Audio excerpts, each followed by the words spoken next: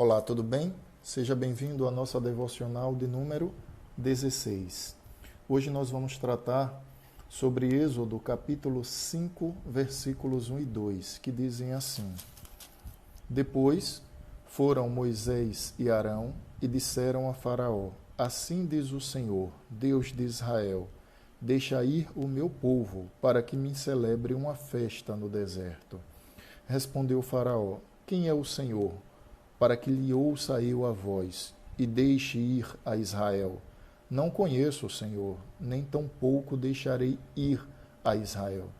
Aqui está tratando de uma ordem que Deus havia dado por meio de Moisés e Arão para a libertação dos hebreus da terra de escravidão, a saber, o Egito. Egito esse o qual Faraó era o governador, era o mandatário. Mas há uma curiosidade que no capítulo 7, versículo de número 3, diz assim: Eu, porém, endurecerei o coração de Faraó e multiplicarei na terra do Egito os meus sinais e as minhas maravilhas. Em linhas gerais, de modo superficial, fica aparentando uma contradição. No entanto, as Escrituras, elas não possuem contradições. Para nós entendermos melhor, é necessário, à luz de Romanos, capítulo 9, versículo de número 17, observar o que disse o apóstolo Paulo. Citando essa situação, Paulo afirmou: Porque a Escritura diz a Faraó: Para isto mesmo te levantei, para mostrar em ti o meu poder e para que o meu nome seja anunciado em toda a terra. Então, o que se percebe? Que o Senhor tinha dois propósitos quando resolveu endurecer o coração de Faraó. O primeiro deles era manifestar o seu poder. Vale lembrar que Faraó era considerado um deus no Egito. Tanto é que após a morte eles tinham o corpo embalsamado. E o Faraó era uma verdadeira divindade no contexto egípcio. Daí então, quando contrastamos um Deus que até então era desconhecido para Faraó, afirmando que ele deixasse sair da sua terra aqueles a quem ele mantinha sob escravidão, Faraó, enquanto Deus, se sente no direito de afirmar: Eu não conheço o Senhor e eu não deixarei Israel ir. Não sabia ele que estava travando a pior batalha da sua vida, a pior guerra. Pois nós agora temos o confronto de dois deuses. Um Deus, que é o Criador de todas as coisas, no céu, na terra, no mar, e o fiel mantenedor de toda a ordem criada, e um Deus que não apenas é humano, mas é Deus de homens. Diante dessa situação, então, o Senhor avista em Faraó um coração endurecido, resistente à sua mensagem, e o Senhor, portanto, endurece esse coração, fazendo com que, diante daquelas circunstâncias, Faraó não permita que o povo hebreu saia da terra da escravidão. E o resultado nós já sabemos. Deus, então, derrama as 10 pragas do Egito. E a intenção do Senhor é demonstrar que o seu poder é infinitamente superior ao poder de qualquer outro Deus, seja ele homem ou seja considerado por homens. Daí então a afirmação do apóstolo Paulo, citando o texto lá do livro do Êxodo, dizer que o Senhor o fez para manifestar o seu poder. De fato, depois da negativa de Faraó, foi dada uma oportunidade, entenda, dada uma oportunidade, ou seja, aquelas circunstâncias, aquele cenário, oportunizaram a manifestação do poder divino. Obviamente que tudo está diante da soberania de Deus, tudo passa pela soberania de Deus. Então, o endurecimento no coração de Faraó oportuniza a manifestação do poder do Senhor. Mas há um segundo motivo. O segundo motivo, no verso 17, capítulo 9 de Romanos, afirma que para que o nome do Senhor fosse conhecido em toda a terra. E o foi. As pragas do Egito não apenas estão narradas nas Sagradas Escrituras, como estão nos anais da história.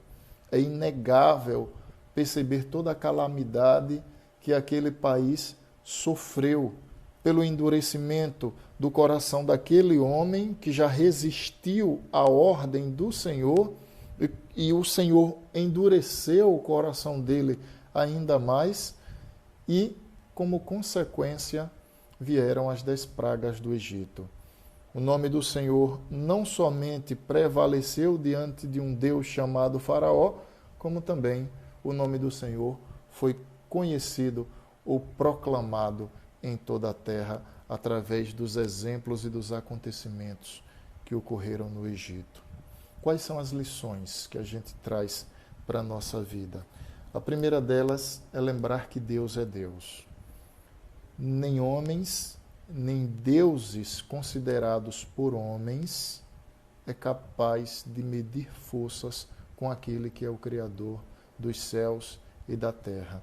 Aquele que é o Criador do homem e o fiel mantenedor de toda a ordem criada.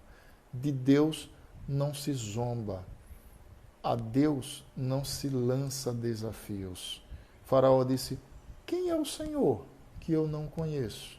Portanto, por não conhecer o Senhor, não deixarei ir o povo de Israel. E pagou duras penas por sua desobediência, por sua resistência do seu coração pecador diante da instrução divina. Mas, por outro lado, até as calamidades, as situações complexas, elas glorificam a Deus. Deus foi glorificado em toda aquela situação quando o seu povo sai do Egito e o Senhor demonstra o seu poder, a sua soberania e a sua hegemonia sobre tudo e sobre todos. É importante notar que Deus governa o seu povo. Ele dirige aqueles que são seus. Ele norteia, apontando o caminho, a exemplo do que aconteceu também no deserto, quando a nuvem durante o dia guiava o povo e a coluna de fogo durante a noite. E durante todo o percurso, o Senhor acompanhava aqueles que eram seus.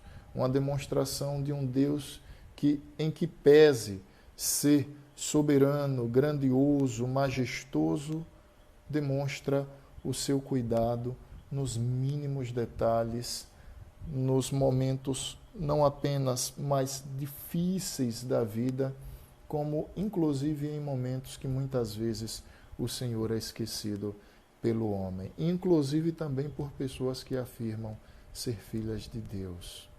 Mas também nós temos a lição de que essas calamidades, essas dificuldades, elas fazem Deus conhecida. Quem em um momento de desespero, um momento de muita dificuldade, nunca clamou por Deus, no mínimo para afirmar: ai meu Deus. Perceba que até em situações as quais estamos enfrentando na atualidade, o Senhor é glorificado, o Senhor é clamado, o Senhor é lembrado. Mas há uma notícia de esperança, que toda vez que o nome do Senhor é proclamado, é dito ao homem que há esperança de vida eterna, a esperança de redenção, a demonstração de graça, de amor e de misericórdia que é manifesta na pessoa do Senhor Jesus Cristo. Ao passo que o nome do Senhor é anunciado, consequentemente, a salvação está sendo manifesta aos homens, aqueles que creem, que herdarão a vida eterna. A esperança está no Senhor. O Senhor é a nossa esperança, é a nossa vida, é aquele que nos traz paz, que nos redime dos nossos pecados e que nos garante dias melhores. Em Cristo sempre estaremos seguros, pois Cristo tem sido anunciado ainda que em razão dessa calamidade, dioturnamente, o nome do Senhor tem sido pronunciado e anunciado a todos os homens. Deus demonstra o seu poder como Deus, mas o Senhor também anuncia a sua salvação. Que Deus te abençoe. Amém.